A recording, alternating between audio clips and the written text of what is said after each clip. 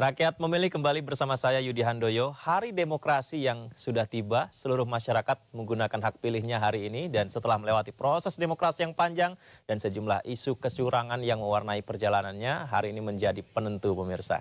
Siapakah pemimpin yang dipilih rakyat untuk membawa Indonesia maju 5 tahun ke depan? Dan untuk membahasnya kita sudah bergabung, sudah kehadiran pengamat politik Nyarwi Ahmad yang hadir di studio. Selamat siang Mas Nyarwi, apa kabar? Siang Bung Yudi, baik. Baik ya. Mas Nyarwi tadi bagaimana? Mencoblos di mana dan bagaimana tuh suasananya saat itu? Ya, mencoblos di TPS tempat istri ya, di daerah Jakarta Timur situ. Suasananya meriah ya, artinya masyarakat juga antusias dan pelayanan TPS juga bagus karena kan sepertinya teman-teman di KPU ini makin profesional. Dalam artian apa? Bisa memperkirakan jumlah orang yang kira-kira hadir di TPS itu bisa berapa, misalnya jumlah maksimalnya, sehingga tidak antrian tidak terlalu panjang, pelayanan juga ramah seperti itu. Kemudian di TPS juga tidak ada istilahnya intervensi atau apa, saya tidak melihat itu gitu. Ketakutan juga tidak muncul gitu ya. Saya kira ya kita berharap di seluruh Indonesia begitu ya. Kalau kita ingat-ingat dulu ya 5 tahun yang lalu ketika melakukan pencoblosan juga, apa yang beda nih kalau Mas Nyarwi lihat? Bedanya tentu ya Bung Yudi, yang pertama gitu ya, kita kan kalau dibandingkan 2 pilpres sebelumnya, capres-cawapresnya hanya 2, ya kan. Dulu Pak Jokowi dengan Pak Prabowo lah, dengan wakil yang berbeda ya. Periode pertama gitu kan, kalau Pak Jokowi dengan Pak JK, Pak Prabowo dengan Hatta kan gitu. Periode kedua 2019 gitu ya, Pak Jokowi dengan Kiai Ma'ruf gitu, Pak Prabowo dengan Sandi ya waktu itu gitu. Nah artinya hanya 2 aja gitu. Nah sekarang kan pilihannya ada 3. Jadi begitu pemilih buka kertas suara gitu, ya itu dihadapkan pada pilihan 3 capres cawapres itu. Artinya pemilih saya kira lebih banyak pilihan itu pasti ya. Dengan banyak pilihan tentu ada opsi-opsi nih. Tentu ada plus minusnya masing-masing kan gitu. Nah sehingga isu polarisasi nggak kita rasakan kan, beda dengan yang sebelumnya kan.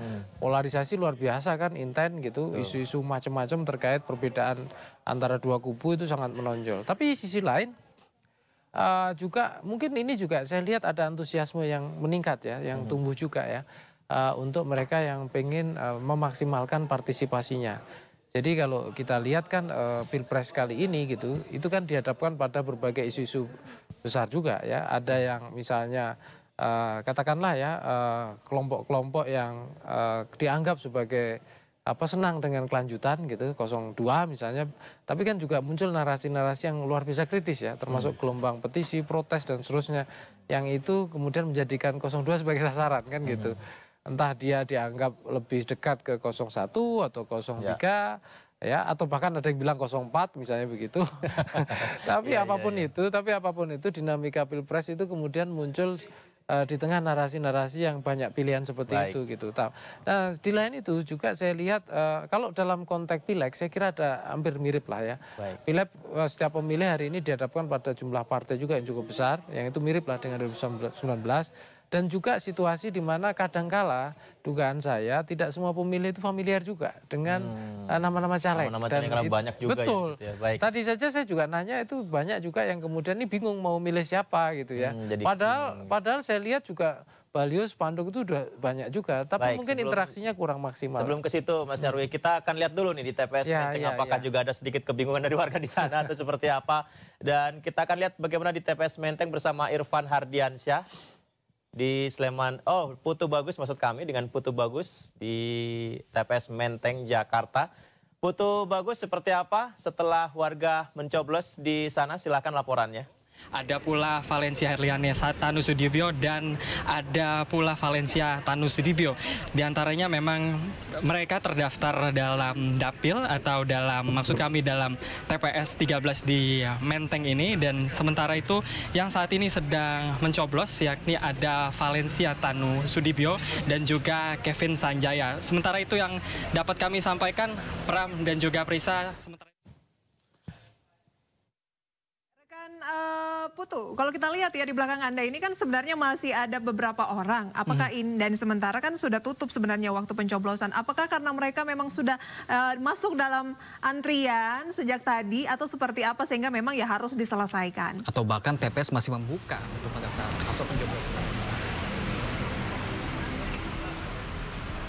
Ya baik, seperti yang tadi saya sudah sampaikan, begitu memang untuk TPS ditutup serentak, yakni pukul 13 waktu Indonesia Barat.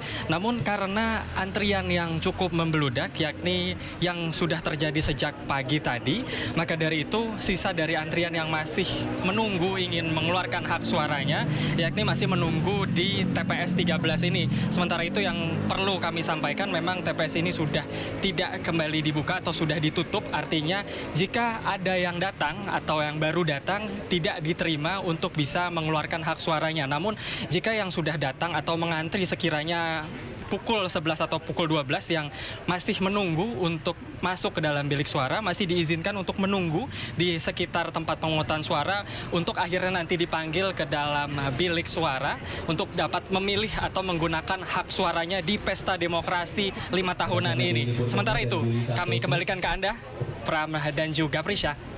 Putu Bagus melaporkan langsung dari kawasan Menteng, tepatnya TPS 13. Terima kasih dan selamat bertugas kembali. Oke.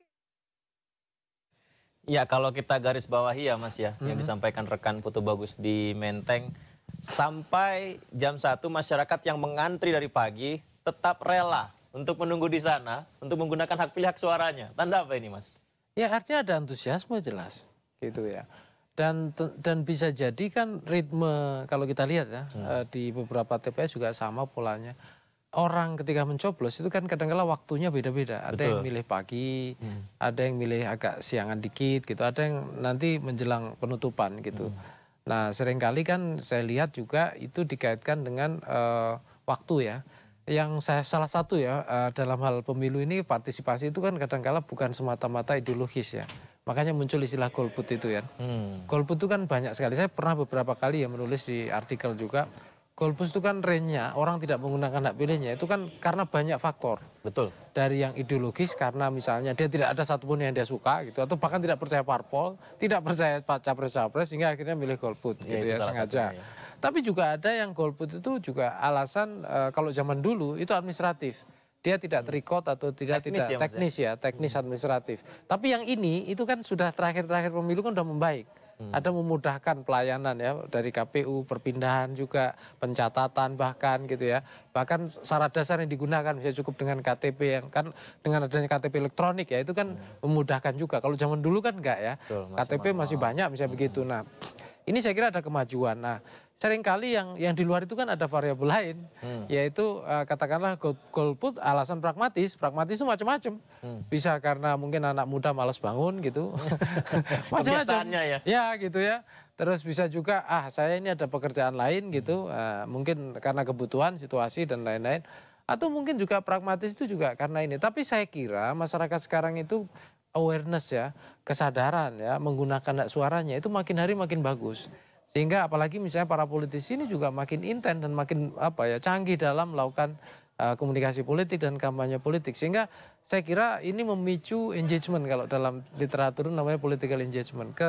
Keinginan masyarakat untuk makin peduli, makin terlibat bahkan secara aktif ya berpartisipasi. Nah wujud partisipasi itu adalah menggunakan hak suaranya di TPS. Nah ini kan sebenarnya ritual saja. Tapi ini sebenarnya ritual yang sangat penting. Kenapa? Kita itu, Bung Yudi, sampai hari ini tuh mekanisme terbaik ya untuk menyerahkan mandat kita sebagai rakyat ya ke pemimpin-pemimpin kita, elit-elit yang duduk nantinya di institusi baik eksekutif maupun legislatif, mekanisme yang diterima seluruh berbagai belahan dunia, ya pemilu. Kan gitu. Ada mekanisme lain referendum misalnya. Tapi yang normal, yang mayoritas itu pemilu. Karena dengan pemilu kita itu bisa mendapatkan sosok pemimpin yang nantinya memimpin institusi yang punya legitimasi. Kenapa? Karena dia bisa mendapatkan mandat langsung dari rakyat. Kan gitu. Iya dong. Dan apalagi di Indonesia misalnya. Kita ini ya masyarakat semuanya gitu dijamin konstitusi dalam undang-undang dasar kita kan bahwa kita punya kebebasan, kita punya hak asasi manusia termasuk dalam berpolitik, dalam menggunakan suara kita dan itu mandat itu nanti kita serahkan. Kalau DPR RI ya berarti RI caleg, kalau DPRD ya DPRD kan gitu. Kalau kabupaten kota, provinsi ya provinsi, kabupaten kota. Nah kalau presiden juga begitu, capres mana yang kira-kira sesuai atau cocok gitu, yang bisa kita percaya gitu, yang di masa depan itu menjamin kira-kira negara kita itu mau dibawa kemana kan gitu. Institusi-institusi yang dia pimpin itu kira-kira bekerjanya kayak apa. Nah di sini, hanya saja kendalanya. Tadi saya bilang di awal ya, kalau pilpres itu kan hanya 3 pasangan. Exposure dan informasi tentang para capres-capres banyak sekali. Kan gitu, selain rumor-rumor, bahkan hoax kadang-kala gitu ya, diskusi-diskusi. Nah, yang seringkali ini karena ini pemilu bersamaan, itu kan informasi terkait partai dan juga caleg-caleg. Yang lebih sulit lagi sebenarnya caleg.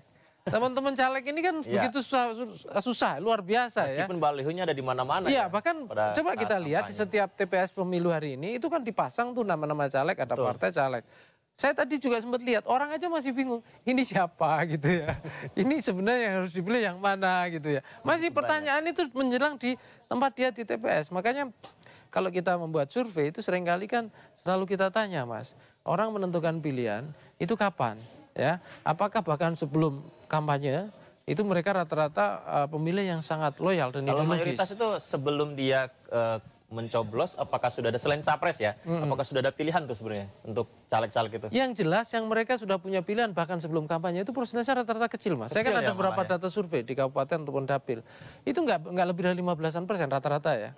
Jadi kalau artinya nggak lebih dari 15 berarti selama masa kampanye hingga dia di TPS berarti kan besar. Jadi bisa sampai 85%. Bisa saja itu mengira-ngira ya siapa saja.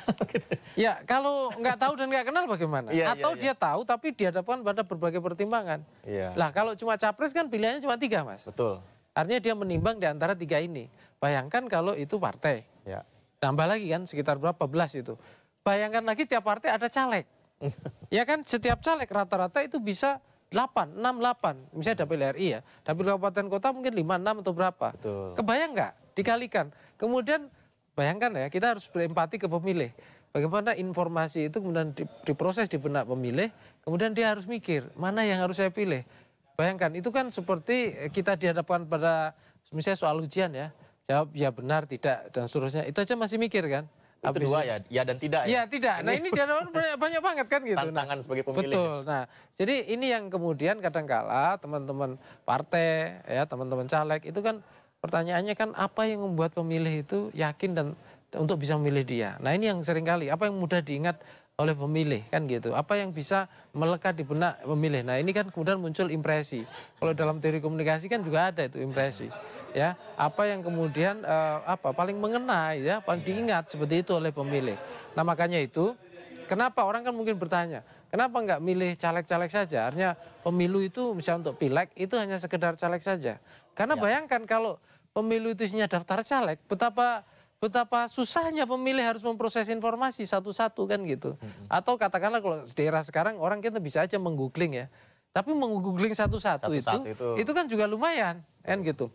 Makanya kemudian dalam berdemokrasi elektoral itu disederhanakan. Muncul partai politik. Kenapa paling tidak partai politik itu membuat lebih sederhana kan gitu. Banyak caleg punya visi, misi dan seterusnya. Tapi kemudian partai itu platformnya kan lebih simpel. Sehingga jumlah partai pun makanya di regulasi kita kontestan itu ya di konstitusi maupun di undang-undang pemilu. Kontestan pemilu itu partai politik. Bahkan seandainya capres-capres juga harus dicalonkan partai politik kan gitu. Dan itu jadi pertimbangan penting siapa partai yang mengusung dari caleg tersebut. Betul. Makanya partai itu penting sekali gitu. Yang tentu ada yang diuntungkan dirugikan. Misalnya contoh, partai yang sudah lama dikenal ya, tumbuh eksis masyarakat itu tentu diuntungkan. Paling nggak apa ingatan masyarakat lebih banyak. Partai yang baru, nah ini harus berjuang keras nih supaya diterima gitu ya. Kemudian diingat dan juga kemudian bisa mendapatkan dukungan tadi di pemilu, dapat suara kan gitu kira-kira. Kalau bicara soal partisipan ini kan juga ada partisipatif dari yang pemula dan juga pemilih yang milenial. Kalau yang tadi kita sampaikan kan orang-orang yang benar-benar sangat mengerti dan memahami apa yang dibutuhkan gitu, mencari tahu bla bla bla. Tapi kalau untuk pemula nih Mas, nih gimana? Kalau untuk mereka untuk memilih, jangan-jangan seperti yang Mas sampaikan tadi, kesiangan jadinya kelewat Mas.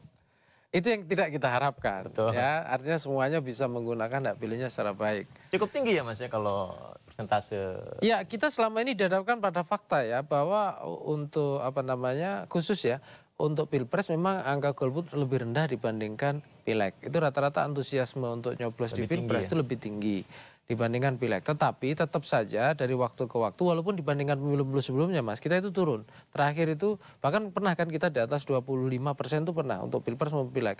Nah sekarang itu di pemilu-pemilu sebelumnya ya, sekarang itu terakhir itu kalau nggak salah 19% atau berapa, 18-19% untuk pilpres ya. Pilegnya tentu agak lebih tinggi ya, ininya ya istilahnya golputnya ya. Nah pertanyaannya kan kenapa begitu? Bisa jadi tadi dia nyoblosnya salah sehingga ini, atau bisa jadi gitu apa namanya tadi dia malas, dia tidak bisa, atau dia mungkin kebingungan juga gitu loh, tidak tahu harus mencoblos apa gitu. Jadi, kalau yang dilakukan oleh capres ketiga paslon ini apakah kan ada yang dengan cara membuat acara kreatif di mimbar akbar besar, kemudian juga ada yang dengan kreativitas di media sosial, goyangan-goyangan khusus gitu, ada juga yang menggunakan pakaian-pakaian milenial Gen Z yang akrab dengan anak-anak muda. Nah ini apakah cukup membantu untuk anak-anak muda tertarik untuk menggunakan hak suara pilihnya? Ya selama ini kalau kita lihat ya, kan ada dua cara melihatnya ya Bung Yudi ya. Satu lewat medsos ya. Kalau lihat medsos saya kira antusiasme anak muda meningkat ya. Paling enggak peduli lah dengan isu politik gitu ya. Kemudian juga kenapa? Karena saya lihat juga para caleg, capres, cawapres ini partai juga itu makin inovatif dan kreatif dalam menjalankan komunikasi politik dan kampanye. Kalau zaman dulu itu kan biasanya mediumnya terbatas ya, kampanye akbar saja. Nah setelah era medsos itu kan makin marak kan di medsos dan bahkan terintegrasi kan. Ya. Jadi apa yang terjadi di off air gitu ya, misalnya kampanye akbar itu juga muncul perdebatan di bukan hanya di media TV seperti ini, tapi juga di medsos gitu ya. Mulai dari Instagram, Twitter, TikTok dan seterusnya gitu. Jadi ini saya kira juga mendorong ya masyarakat khususnya anak muda itu makin punya banyak pilihan. Dia mau engage politik, mau makin tertarik berdiskusi politik melalui medium apa nih kan gitu. Kalau misalnya contoh malas nonton TV, ya bisa jadi melalui medsos. Dan sekarang hampir semua media platform juga dia terintegrasi kan, punya berbagai display untuk istilahnya akun-akun sosial media kan gitu. Dan mereka juga bisa punya banyak pilihan ya terkait dengan mau mendiskusikan aspek apa nih. Ada dua biasanya. Kalau substansi isu itu orang biasanya kan pilih medsos yang kayak Twitter itu. Tapi kan kalau hal yang terkait dengan kontennya, visualisasi dan seterusnya, atau bahkan isu yang dianggap receh gitu ya, dia kan masih punya pilihan yang lain. Termasuk ada TikTok, ada yang lain, Instagram, seterusnya. Itu contoh lah ya.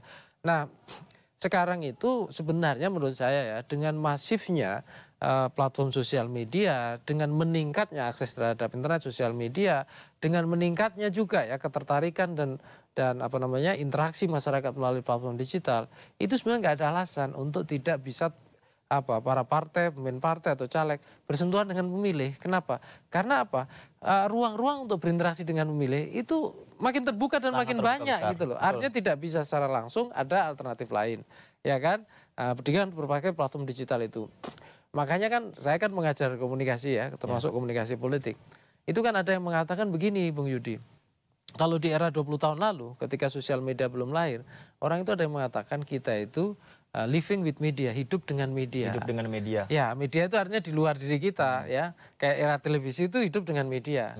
Tapi kalau kita lihat sekarang ini kita itu living within the media, hidup di dalam media itu sendiri. Kita adalah media itu sendiri. Ya, itu kan gitu. Nah, sekarang bahkan kalau lihat anak muda, ekspresi dirinya kan lebih dominan di sana. Makanya tidak ada alasan menurut saya parpol, caleg dan seterusnya itu tidak berinteraksi dengan mereka.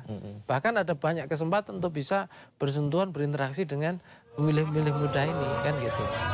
Ya, kita juga ini sambil Mas ya menyaksikan bagaimana proses pemungutan suara di sejumlah TPS dan yang dilakukan 3 paslon dan juga beberapa tokoh politik kita sambil menyaksikan proses pencoblosan dilakukan. Sudah selesai ya. 13.00. Yang ini di mana nih? Tengku Umar ini Mas. Oh iya, kalau kita saksikan. Halo Bang. Ya, sambil kita membahas nih Mas. Kalau bicara soal media sosial ya. Ketika menyaksikan debat capres, ketika menyaksikan visi misi 3 paslon, kita biasa-biasa saja. Tapi begitu melihat media sosial, ternyata ramai sekali itu Mas. Ternyata antusias tinggi sekali ya masyarakat Indonesia, entah apakah usia muda, apakah yang usia sudah dewasa. Ya, ya. Ya karena apa? Karena kalau di media sosial itu, namanya media sosial ya, itu orang punya banyak kesempatan untuk mendiskusikan ulang, untuk membahas ulang ya apa-apa saja yang menarik di mata mereka. Dan itu di mata segmen masing-masing kelompok pemilih beda-beda loh Bung Yudi. Mungkin di generasi yang lebih tua ini nggak usah diperdebatkan, nggak ada isinya gitu. Tapi di kalangan anak muda sesuatu yang apalagi di era sekarang ya, era media sosial itu memunculkan algoritma ya, logika algoritma. Makanya saya sendiri beberapa ada di artikel saya nulis itu bahkan muncul peluang algorithmic trap, jebakan algoritma. Jebakan algoritma. Iya, artinya ya siapa yang bisa menjebak dan siapa yang terjebak juga gitu loh. Artinya siapa ini yang dalam arti merespon jadi terjebak ya, ya. dalam arti netral ya, bukan negatif ya. Artinya begini, setiap orang, setiap politisi, setiap partai itu kan mau tidak mau peduli algoritma itu kan. Nah, termasuk apa yang menjadi percakapan, apa yang menjadi kata kunci kan gitu. Apa yang kemudian paling sering dibahas dan dibicarakan kan gitu. Nah di sini maka saya tidak heran kalau kita lihat debat-debat kemarin kan Bung Yudi, itu banyak gimmick juga kan gitu toh.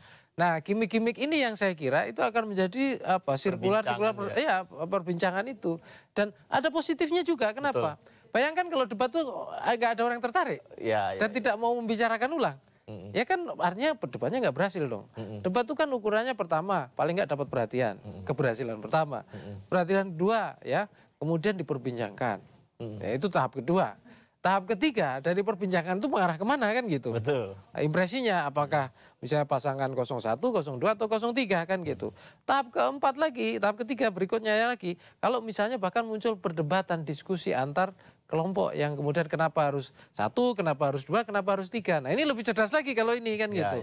Nah kalau misalnya debat itu memunculkan efek yang seperti itu bagi demokrasi kita bagus gitu loh. Tapi kan untungnya ya kita diuntungkan karena capresnya ada 3. Kalau pemilu sebelumnya capresnya 2. Makanya apa media sosial mendorong polarisasi di masa-masa itu. Dan algoritma itu ruang yang kondusif untuk polarisasi. Kan gitu. Nah sekarang algoritma itu sebenarnya ruang yang kondusif untuk terjadinya berinteraksi. Interaksi antara pemilih, interaksi antar elit-elit ini, capres, ketua umum partai dan seterusnya dengan pemilih juga. Ya kan. Interaksi misalnya antar mereka sendiri. Kan kita bisa lihat tuh. Makanya dulu tradisi tweet war itu kan muncul ya.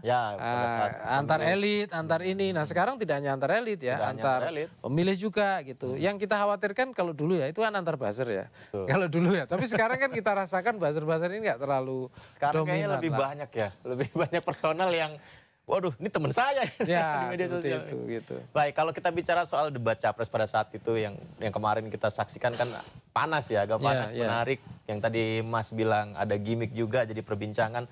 Tapi pada saat pencoblosan, ketiga capres, ketiga paslon, ini sepakat dengan narasi yang sama bahwa pemilu harus berjalan aman, damai, hangat, dan tenang. Nah ini berarti kan ada apa ya, setelah gaspol, ada rem yang ingin agar ini berjalan dengan tenang. Nah ini seperti apa? Mas Nyarwi, kita akan bahas lagi setelah jeda. Tetap bersama kami pemirsa Rakyat Memilih, segera kembali.